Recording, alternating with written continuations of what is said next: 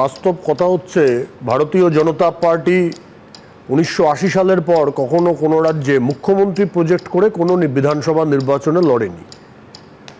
নরেন্দ্র মোদীজি আমাদের নেতা, এ দেশের সবথেকে বড় নেতা, দীর্ঘ সময় ভারতের প্রধানমন্ত্রী আছেন, তার নেতৃত্বে আমরা এই নির্বাচনে প্রতিদ্বন্দ্বিতা করছি। 294 জন প্রার্থী ভারতীয় জনতা পার্টির, প্রধানমন্ত্রী মোদীর প্রার্থী, প্রধানমন্ত্রী মোদীর প্রতিনিধি। মানুষের কাছে তারা প্রধানমন্ত্রী মোদীরই বার্তা নিয়ে পৌঁছবেন, এটাতে তো দোষের কিছু নেই। এর আগে যখন আমাদের নেতৃত্বে ছিলেন শ্রী অটল বিহারী বাজপেয়ী, তিনিও প্রত্যেক মানুষের কাছে তার প্রতিনিধিদের দিয়ে নির্বাচনে প্রতিদ্বন্দ্বিতা করতেন। কাজেই যে রাজ্যে সিটিং চিফ মিনিস্টার নেই, সেই রাজ্যগুলোতে আমরা কখনো মুখ্যমন্ত্রীর পদপ্রার্থী করে কাউকে নির্বাচনে এখনো পর্যন্ত লড়িনি। একটা কথা প্রধানমন্ত্রী সম্পর্কে রাজ্যের মাননীয় মুখ্যমন্ত্রী বললেন যে প্রধানমন্ত্রিত্ব থেকে পদত্যাগ করে এখানে মুখ্যমন্ত্রী হন। এখানে মুখ্যমন্ত্রী হতে তিনি আসছেন না, তিনি বলছেন না যে আমি মুখ্যমন্ত্রী হব। একটা অল ইন্ডিয়া দল, সর্বভারতীয় দল, আমরা কোনো পাড়ার দল নই, আমরা কোনো শুধু একটা রাজ্যের দল নই। 22টা প্রদেশে বিজেপি সরকার আছে। পশ্চিমবঙ্গ, ভারতবর্ষের এমন কোনো বিধানসভা নেই যেখানে বিজেপির বিধায়ক নেই। এত বৃহৎ একটা দল, সেই দলের সর্বোচ্চ নেতা যখন তার প্রতিনিধিদেরকে দিয়ে নির্বাচনে প্রতিদ্বন্দ্বিতা করছেন, তার মানে একটাই, তিনিই প্রতিদ্বন্দ্বিতা করছেন। কিন্তু বিজেপি সেই দল যে দল আপকি বার মোদী সরকার, বিজেপি সরকার বলেনি। হ্যাঁ, মোদী সরকার বলেছে, মানে লোকসভা ভোটের প্রেক্ষিতে দেখলে এটা ইতিহাস। আমি কোন ব্যক্তিকে প্রজেক্ট করে কোন সরকারের নাম একমাত্র আপনারা এনেছেন। আপনি বহু পুরনো সাংবাদিকতার জগতে আছেন অনেক দিন ধরে। অটল বিহারী বাজপেয়ীর সময় আমাদের স্লোগান ছিল বাড়ি বাড়ি সবকি পাড়ি, ইস বার আপকি পাড়ি, অটল বিহারী অটল বিহারী। সেই সময় অটল বিহারী বাজপেয়ীর সময়ও আমাদের সর্বোচ্চ নেতাকে সামনে আমরা স্লোগান দিয়ে একদম তাই।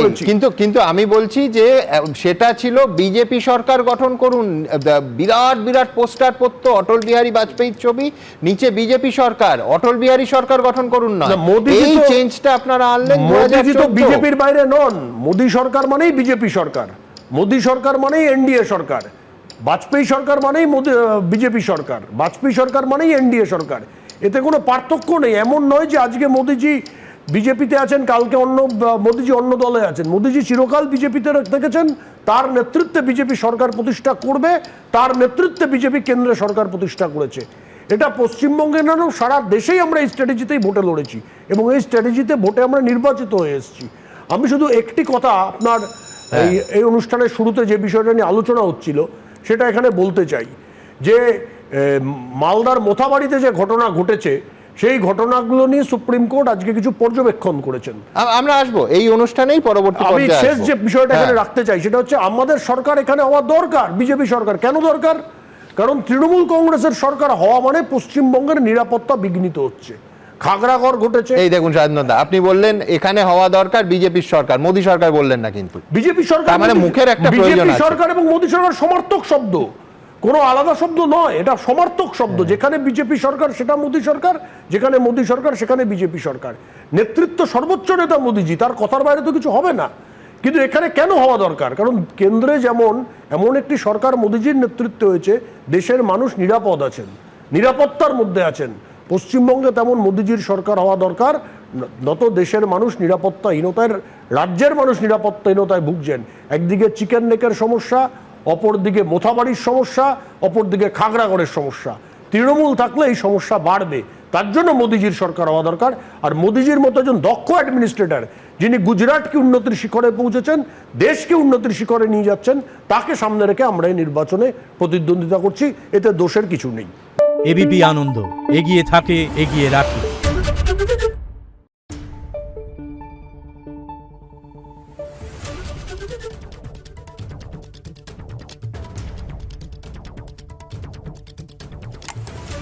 Thank you.